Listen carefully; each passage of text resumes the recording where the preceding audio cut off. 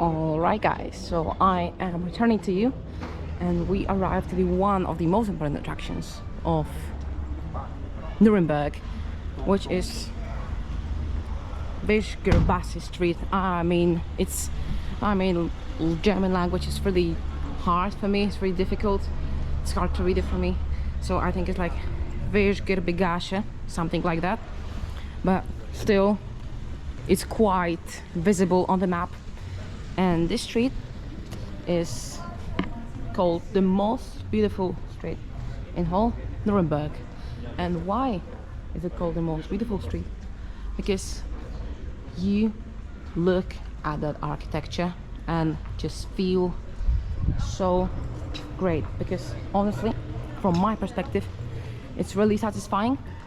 The great architecture ends here, so I'm just gonna go backwards to show you the best piece of architecture on that street. And right now, while I'm walking here, I will use that as an opportunity to tell you something more about Nuremberg as a city. So there are some sources that say that Nuremberg existed already in the year 1050, and there is original source that it says in the year 1219 Nuremberg became independent city, so it's clear that it is quite old city.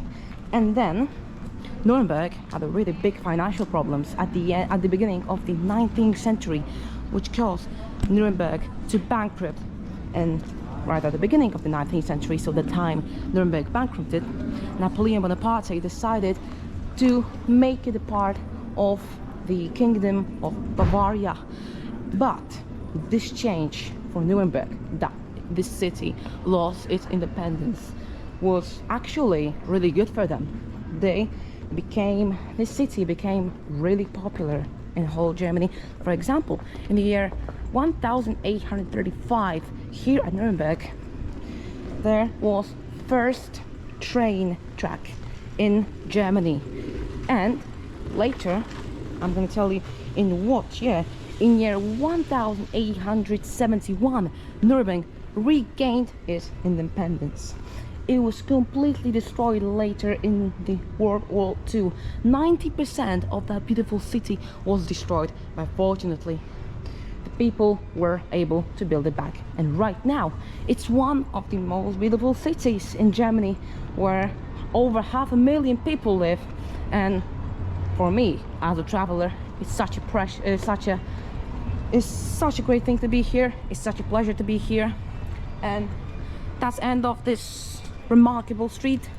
But still, even though it's not really long, it's still breathtaking. And when you get here to Nuremberg, I think it might be the top one thing you should see here. And why are we walking on the street?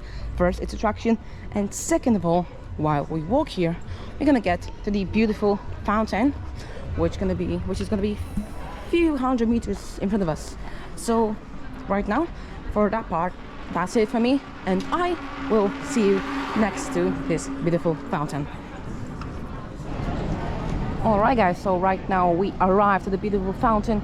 You can see it right there, but before I get there, but I will get there, I want to show you some other great pieces of architecture of Nuremberg. And there you go, cathedral, and technically everything here looks so Gothic, so ancient, but maybe not ancient, maybe that was a bad word, but Gothic, because Nuremberg, as I told you before, this is quite an old city, and this architecture is a Gothic one. This architecture is a Middle Ages architecture. So is this fountain. It was built in the Middle Ages, and now I'm gonna tell you something more about it. Still, I'm quite shocked that it's so good looking. Like, look at these colors, they absolutely unbelievable. Another great thing about this fountain, it's 19 meters high, which makes the fact really impressive. And there is actually one thing there. Here you can see the ring, and there is a prophecy that if you spin it 3 times to the left, you're gonna have a good luck. And now this lady spins the ring, and I've got to wait for my turn.